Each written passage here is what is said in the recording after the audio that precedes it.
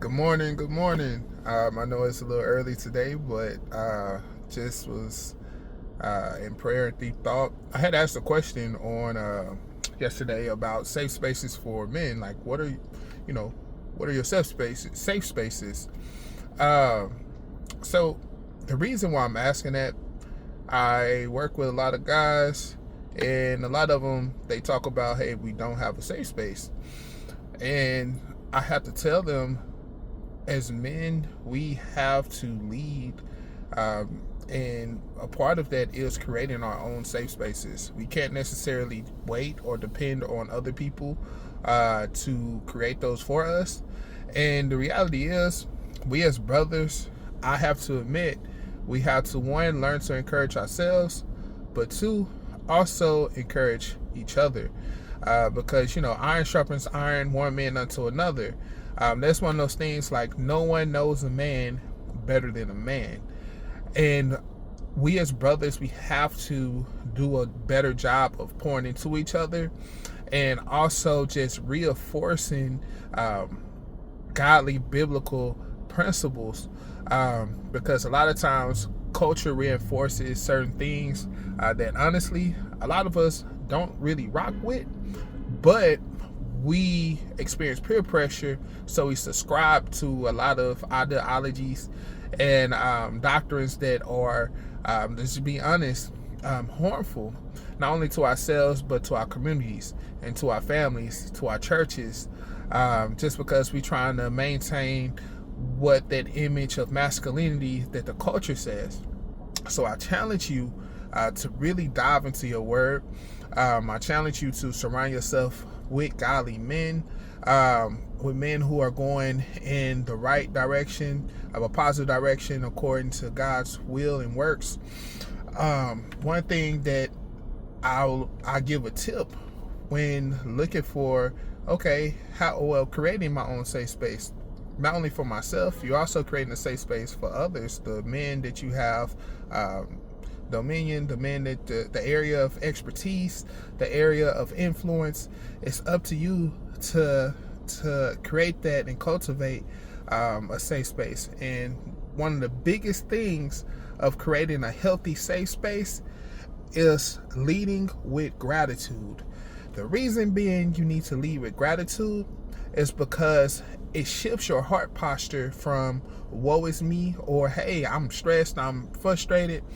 It allows you to be like, hey, even though I may be frustrated, even though my wife is going through sickness, my kids is kidding, work is working, God is still yet good. I am still grateful because even in this season, I've prayed for a lot of the things, but with these prayers, this also requires another level of expectation of me.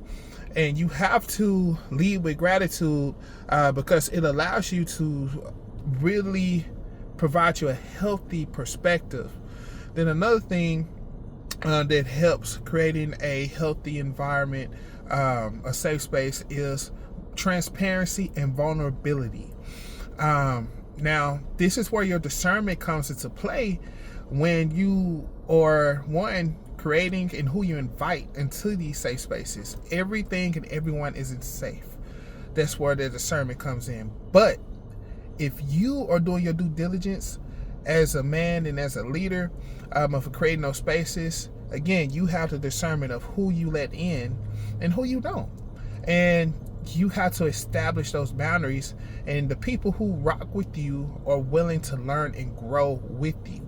So with that, you have to again establish those boundaries. You have to be mindful of, okay, what and who I can share these things with, and also set the precedent with people like, hey, what are you looking for in this moment? Am I looking for encouragement? Am I looking for direction? Those are things that you have to be real with yourself, and set the precedent and expectation with others so they can show up for you in a way that you need them to, because it is not fair as to whoever to say that I need a safe space or da da da da, if we aren't doing our parts as laying the groundwork and let it be known what we actually need. And it's okay to say, I don't know what I need. And if that's the case, be honest about it. Be transparent about it. So that way, sometimes in those moments, you just want somebody to sit with you. And you don't have the words to even articulate how you're feeling. That's okay. But it's not okay to punish people because they don't know, because you are too prideful to say, hey, I don't know what I need right now. And in those moments, you may just need to surround yourself, again, around healthy community, because we cannot do life alone. I'm telling you, man, you cannot do life alone, because yes, you're strong, but even with wolves, they run in packs. Alphas run in packs. You hear this all the time. Alpha man, da da da. I get it on my own. That's culture's way. But think about it. 9 times out of 10, if you're around 1 millionaire, you're around 2. If you're around 2, you're around 3. And the reason being, they run in packs. They run in community. The life that you want, the most successful people, they surround themselves around like-minded people. So there's other people around them that are going on the same path. And if you veer off on your own, you're most susceptible to depression. You're most susceptible to falling into pitfalls of lust. You're most susceptible of succumbing to anxiousness. So I'm telling you, fellas, we have to do a better job of creating safe spaces, not only for ourselves, but for our other brothers. And how we do that is leading with gratitude, being vulnerable, also surrounding yourself with community of people who either you aspire to be like, or you going in the same direction together. Well, I hope this blessed you.